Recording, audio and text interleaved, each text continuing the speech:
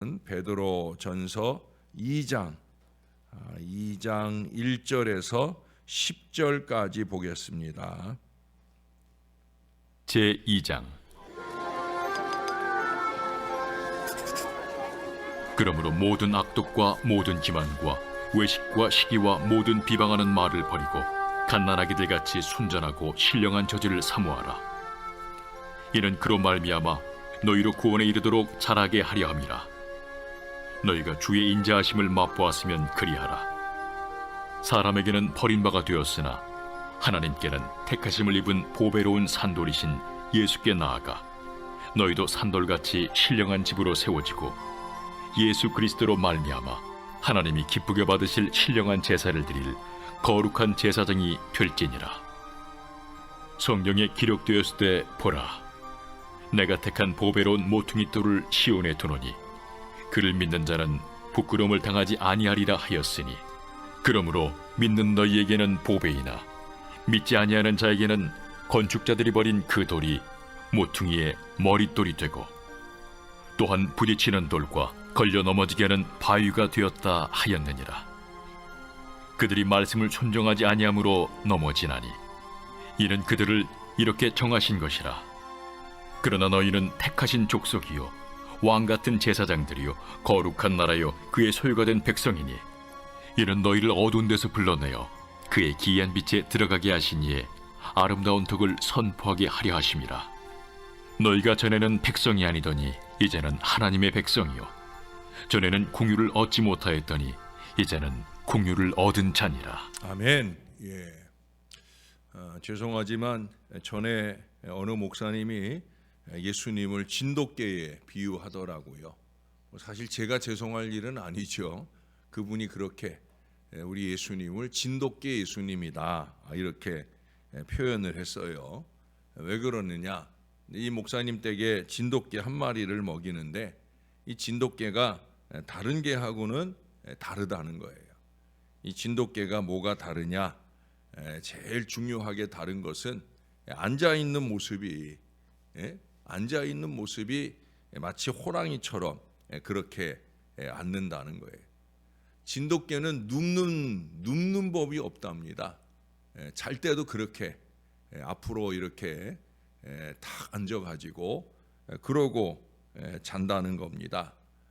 보통 다른 개는 옆으로 누워 자거나 비스듬히 누워서 자잖아요. 전에 저희 집에서 키우던 개는 뒤로 벌러덩 누워서 자는 아주 신기한 놈이었는데, 그런데 진돗개는 꼭 이렇게 앞을 향해 앉아서 잡니다. 그것도 밤에는 한참을 앉아요. 왜? 집을 지키느라고. 그래서 놀랍게도 어떤 날은 쥐도 잡고 또 어떤 날은 고양이도 잡아놓고 어떤 날은 비둘기도 잡아놓고, 그래서 아침에 보면 일렬로 쫙 그 놓아두기도 한다는 거예요. 그래서 그 목사님 말씀이 참 놀랍다 그런 말씀을 해요. 왜? 옆으로 누워서 잡으려고 해보면 이게 잡아지지 않는다는 거지요.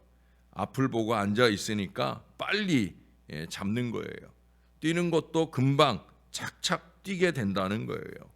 그래서 그 목사님 표현대로 비둘기를 어떻게 잡을까? 그게 참 너무 놀랍다 하는 그런 말씀입니다. 그래서 우리 주님은 우리를 똑바로 앉아 지켜주시는, 진돗개처럼 잘 지켜주시는 진돗개 예수님이다 그런 말씀을 하시는 거예요.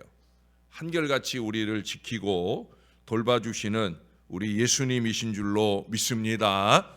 이처럼 예수님께는 별명이 많습니다. 그 중에서 오늘 본문 안에는 중요한 별명 하나를 말씀하지요. 바로 돌이라고 합니다. 그것도 세 가지로 표현을 합니다.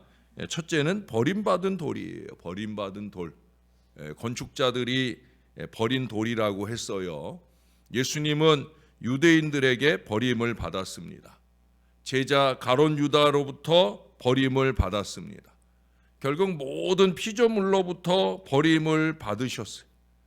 예수님은 창조주신데 만물의 주인이신데 이 땅에 오셨지만 그를 알아보는 자가 없어서 철저히 버림받은 돌이다.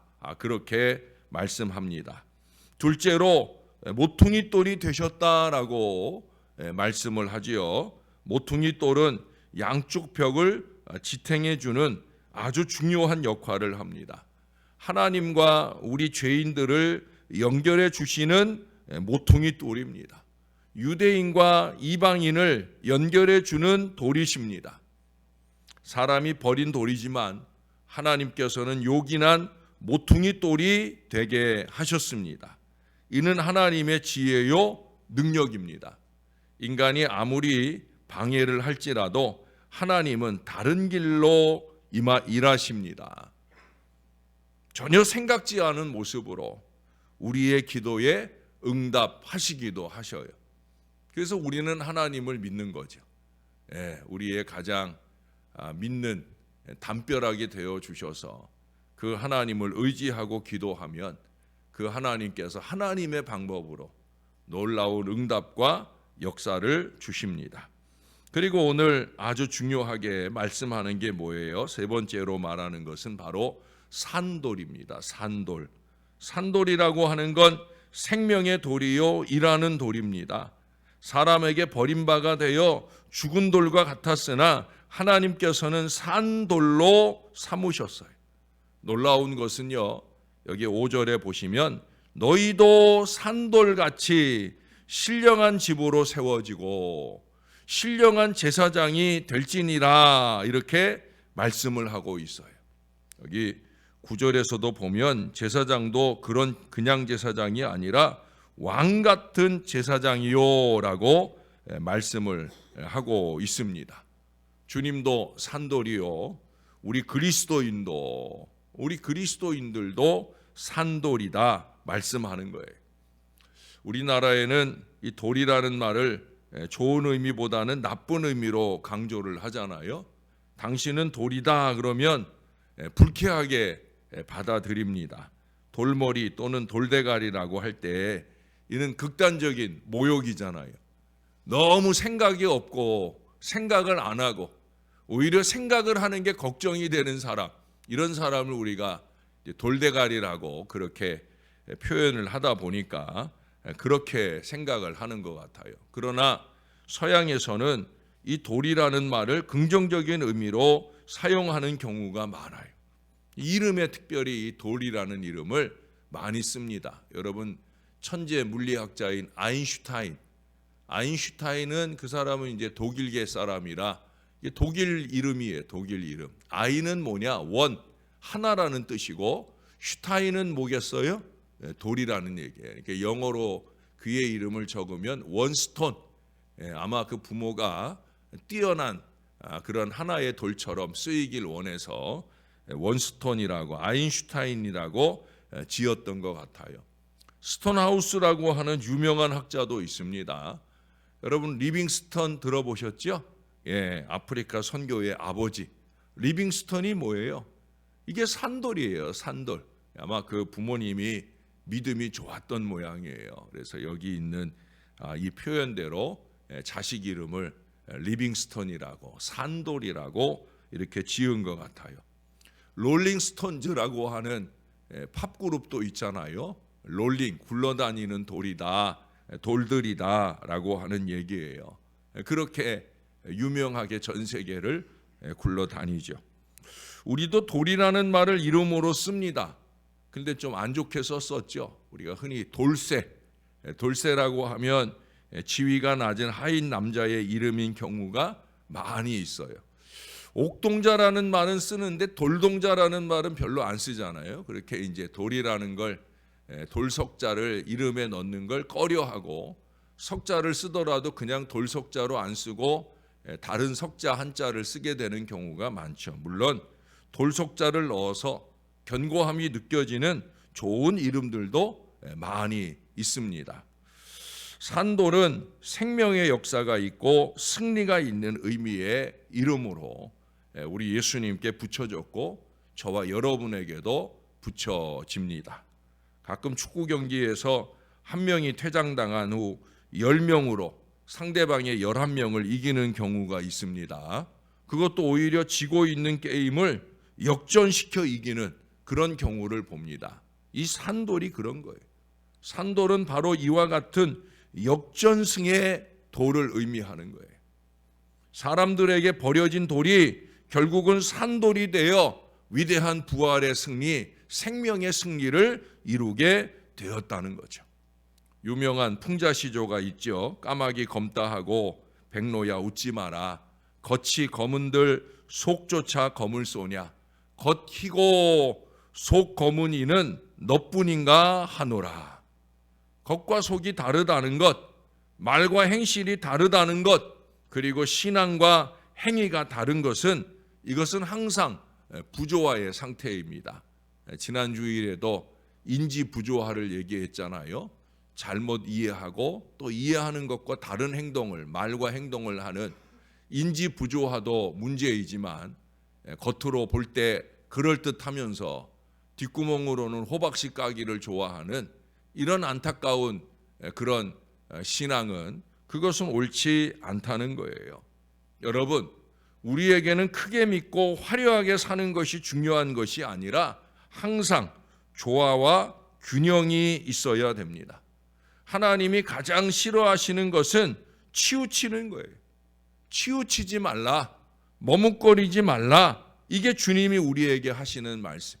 이것은 균형을 잃게 되어서 방향과 목표를 빗나가게 하고 만다는 거죠.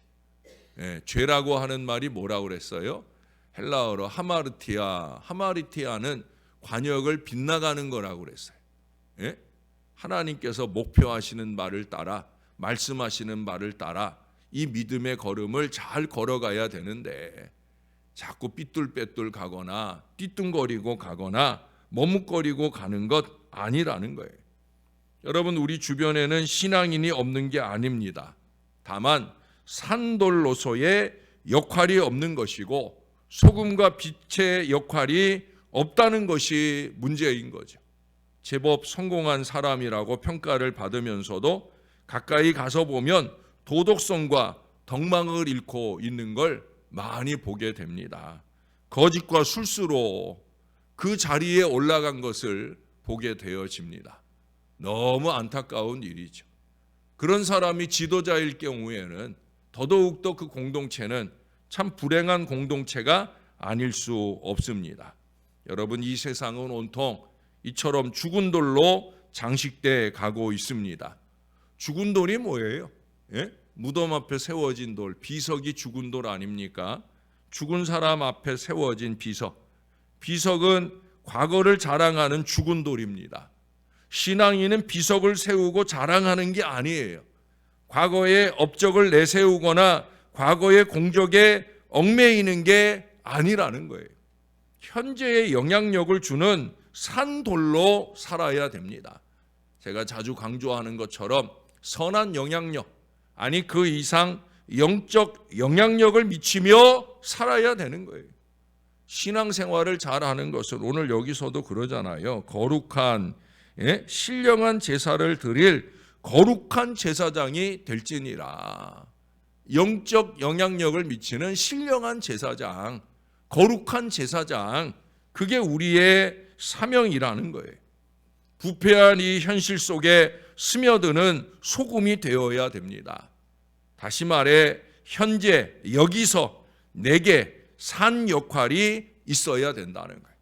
가정에서, 직장에서, 무엇보다 교회에서 살아있는 사람으로서의, 살아있는 신령한 신앙 백성으로서의 거룩한 역할이 필요하다는 거예요. 여러분, 속담에 부뚜막에 소금도 집어넣어야 짜다 하는 말이 있잖아요. 소금이 그릇에 담겨 있을 때는 아무 맛도 내지 못하잖아요. 그것이 뿌려질 때 맛이 납니다. 그것도 음식에 들어가서 녹음으로써, 희생함으로써 맛을 내는 거죠. 여러분, 그거 아세요? 외국에서는 소금이 식품 첨가물이지만 우리나라에서는 광물로 분류되어져 있습니다. 그래서 값이 너무 싸요. 외국에서는 한 주먹에 몇만 원씩 하는 소금들도 있습니다. 소금을 선물로 주는 게, 이게 외국에서는 아주 큰 선물을 주는 거예요. 그 뭐 핑크 소금이라든지 뭐 아주 요리 좋아하는 사람들한테는 소금을 선물하는 게 대단히 값어치 있는 선물을 하는 거예요. 근데 우리는 어때요? 전에 그 바다 오염 때문에 일본 사람들 바다 오염 때문에 소금값이 치솟고 했는데 지금은 어떤지 몰라요. 우리가 보통 소금들이 1kg에 몇백 원, 몇천 원씩 그렇게 값이 싸잖아요. 왜 그래요? 광물이라 그런 거예요. 광물이라. 그래서 수입할 때도 식품안전검사가 없다고 합니다. 오염된 중국 소금이 거침없이 들어올 수 있는 이유도 이거라고 그래요. 여러분, 광물이라는 게 뭐예요? 광물. 돌이라는 거예요. 돌. 광물이라는 건 돌이란 얘기예요. 우리는 소금돌이어야 된다는 거예요. 성도들은 각자가 세상 속에서 뿌려지는 소금이 되어야 합니다.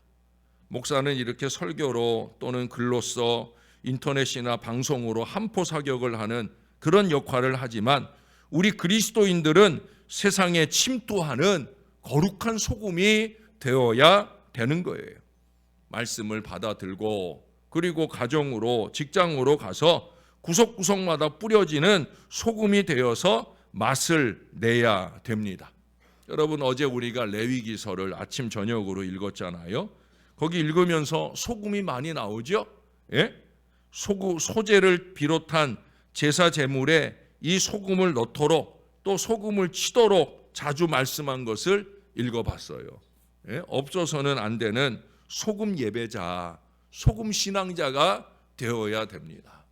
너 그렇게 예배하려면 예배하지 마라, 이런 소리 듣는 사람이 아니라 영과 진리로 살아있는 예배를 드리는 사람, 예배 속에서 받은 말씀을 간직하고 세상 속에서 거룩한 소금으로 아름답게 살아가는 살아있는 신앙자가 되어야 된다는 거예요.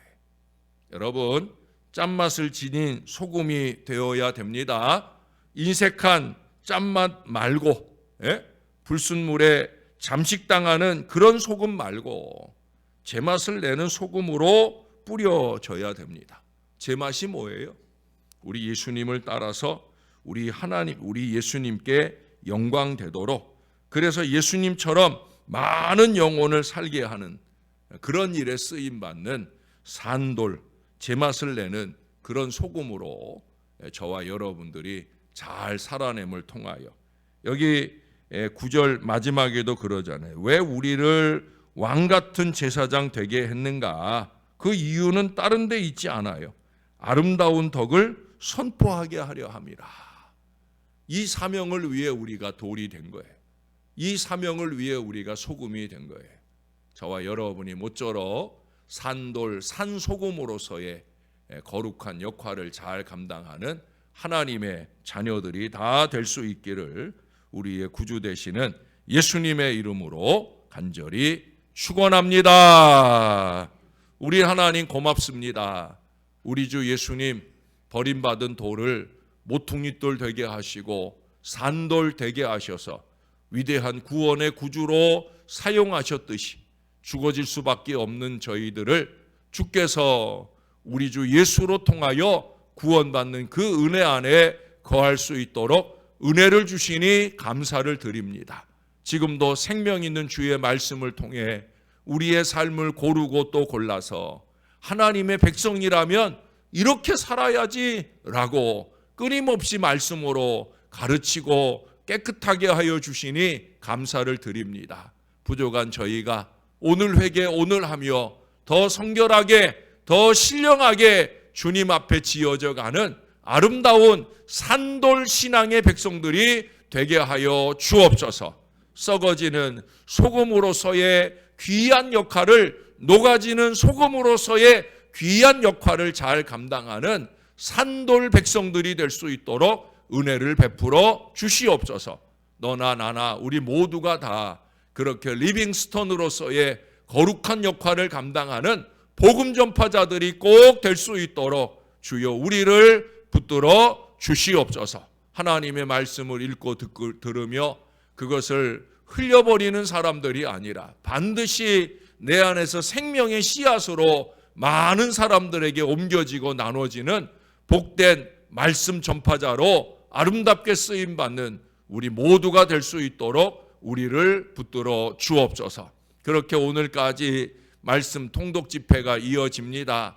다음 주 월요일까지 이어지는 모든 시간 동안에 주의 말씀이 우리 가운데 새겨지는 시간 되게 하시고 우리 하나님께 영광 되게 하여 주시옵소서. 우리 하나님, 날마다 새벽마다 말씀 주셔서 감사합니다. 우리의 구주 되시는 예수님의 이름으로 기도합니다. 아멘.